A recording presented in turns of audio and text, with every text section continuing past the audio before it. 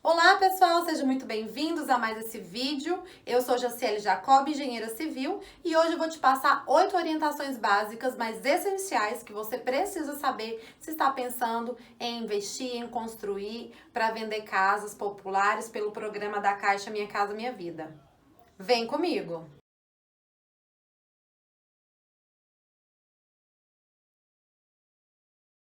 Antes de entrarmos nessas dicas valiosíssimas, eu quero te pedir para se inscrever aqui no canal. É só clicar aqui embaixo, ativa também o sininho que assim que subir vídeos novos aqui no canal você fica sabendo. E além disso, se o conteúdo está fazendo sentido para você, está sendo positivo para você, não deixe de curtir, é só clicar no joinha, tá bom? Vamos lá! Bom, então eu vou elencar as 8 orientações que são básicas, mas são essenciais, que você precisa saber e se atentar antes de começar de fato a construir, se você está pensando em investir nesse negócio. Eu vou separar isso em 2 blocos, tá? O primeiro bloco a gente vai falar sobre o terreno e no segundo bloco eu vou explorar as orientações sobre o projeto e a licença. Se você ainda vai comprar o seu terreno, é importante você se atentar se ele cumpre essas 5 primeiras orientações que eu vou te passar. E se você já tem o terreno, faz um checklist e vê se ele confere com tudo isso. Isso é muito importante para você conseguir alcançar o objetivo final, tá? Então vamos lá. A primeira orientação que é quanto ao terreno. Você vai verificar a área construída e as medidas do seu terreno. Por que disso?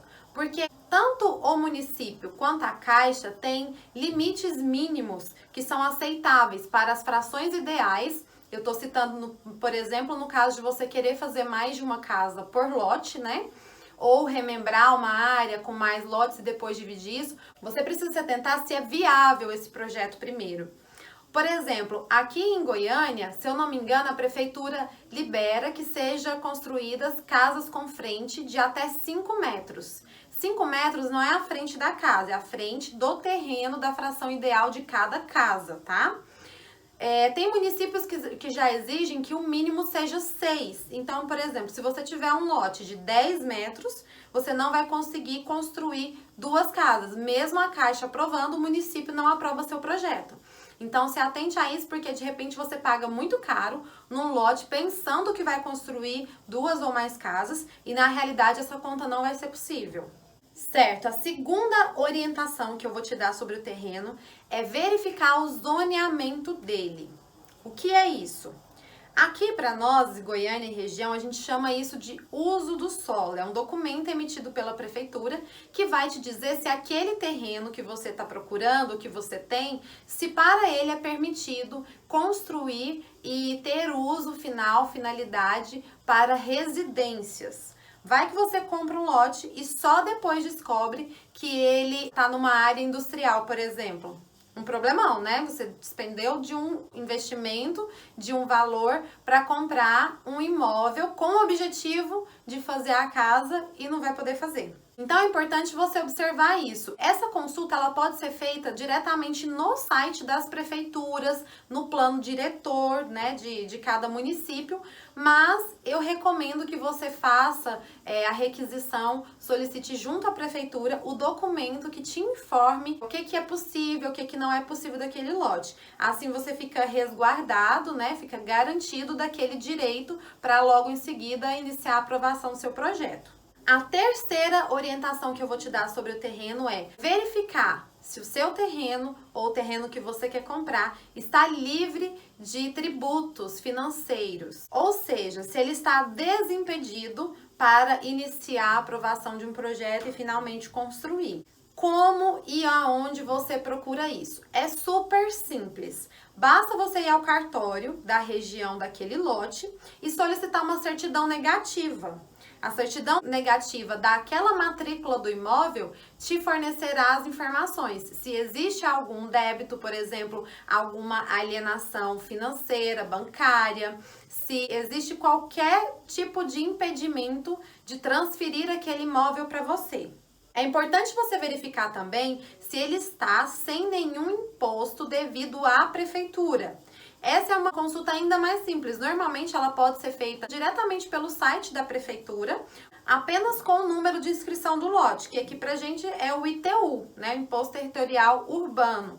Então, você digita lá o número da inscrição daquele lote e vai aparecer as dívidas que ele tem. Se tem dívidas passadas, ajuizadas, negociadas, se tem alguma coisa atrasada ou que tenha a vencer, vai estar lançado lá. Essa consulta junto à prefeitura é gratuita, então não tem por que você não fazer.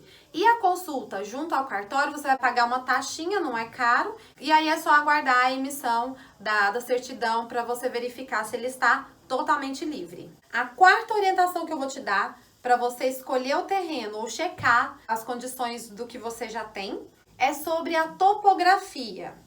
O que é isso? Os desníveis. Se o seu terreno ele é mais plano, se ele tem um desnível muito grande, para que lado que é esse desnível? Para a rua, para o fundo. Por que observar isso? Como a sua intenção são construir casas com custo baixo, esse é um aspecto que pode onerar bastante o valor da sua obra. Isso porque se você tiver um desnível muito grande no terreno, você vai ter que fazer um aterro e construir um arrimo. Além de fazer o projeto, né, a execução disso, ela vai onerar mais, ela vai fazer com que a sua fundação tenha que ficar mais profunda. Então, é uma série de custos a mais que, se você puder optar e escolher por um terreno que seja mais plano e que não precise, que dispense essas movimentações de terra e essa estrutura de arrimo, será melhor porque o seu custo ficará mais baixo. Bom, e agora a última orientação quanto ao terreno, e aí a gente vai entrar no bloco falando sobre projeto e licença.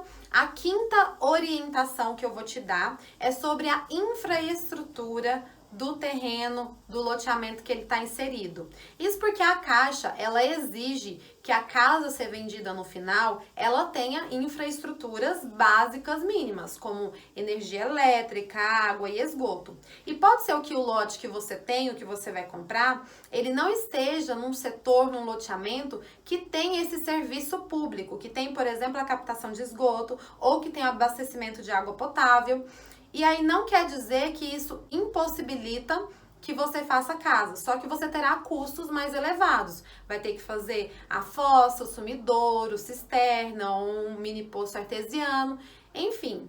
Na prática, o que acontece? Os lotes que já têm esses benefícios, essas infraestruturas para oferecer, tem o abastecimento da água, o sistema de captação de esgoto, né, o asfalto, a energia, eles vão ter um preço um pouquinho mais elevado do que um outro que não tenha. Então, é só você equilibrar, balancear, entender se o preço que você está gastando a mais nesse lote que não tem, quando você gastar para fazer esse sistema independente, né, a fossa, a cisterna, o mini poço, ele empata com o outro que às vezes já tem tudo isso.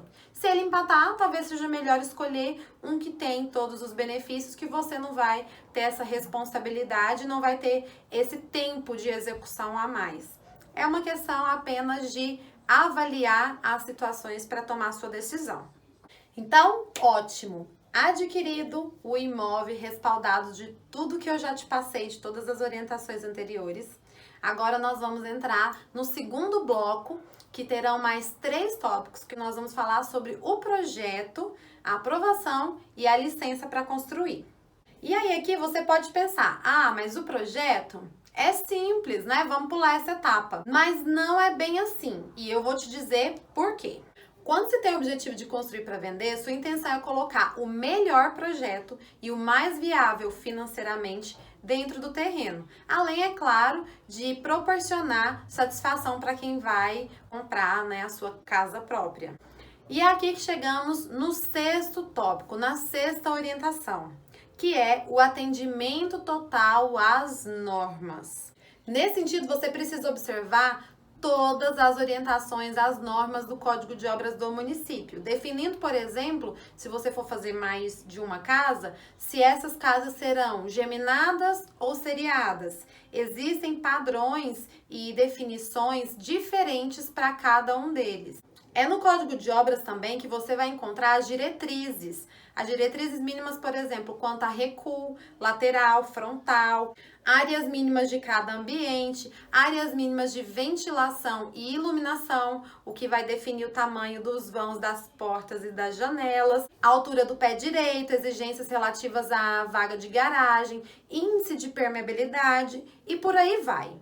Além disso tudo, é necessário também consultar as normativas da Caixa, que podem ir de encontro ser comum às exigências do município ou podem divergir em alguns pontos. Agora, aonde você consegue todas essas informações? Como eu disse, no Código de Obras do município. A maioria das prefeituras de cidades um pouco maiores tem esse Código de Obras disponível no site. Se não tiver, você vai até a prefeitura e faz essa consulta.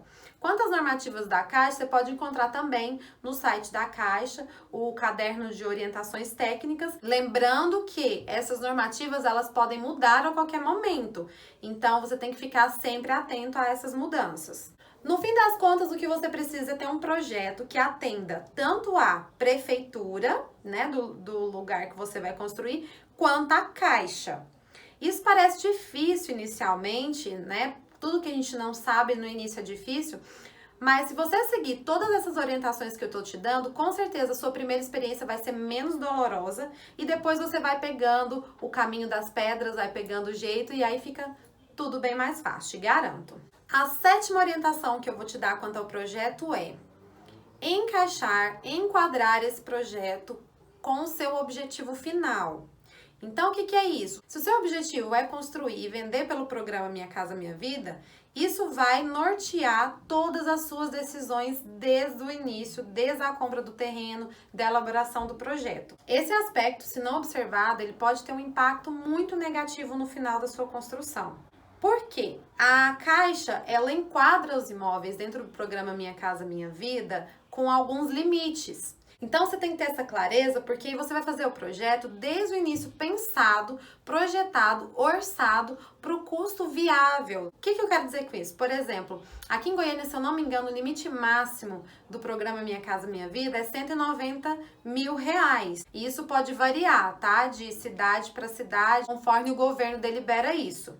Dado esse limite, esse teto de financiamento, não adianta, por exemplo, você construir uma casa muito maravilhosa, ter o seu custo elevado, onerar a sua obra, já que o financiamento está limitado, ou seja, você não vai conseguir vender por mais do que esse valor. É claro que não significa que você perdeu tudo, porque tem várias outras linhas de crédito, e aí, tanto pela Caixa quanto por outros bancos, que podem ser feitos. Mas é bom que você saiba disso desde o início.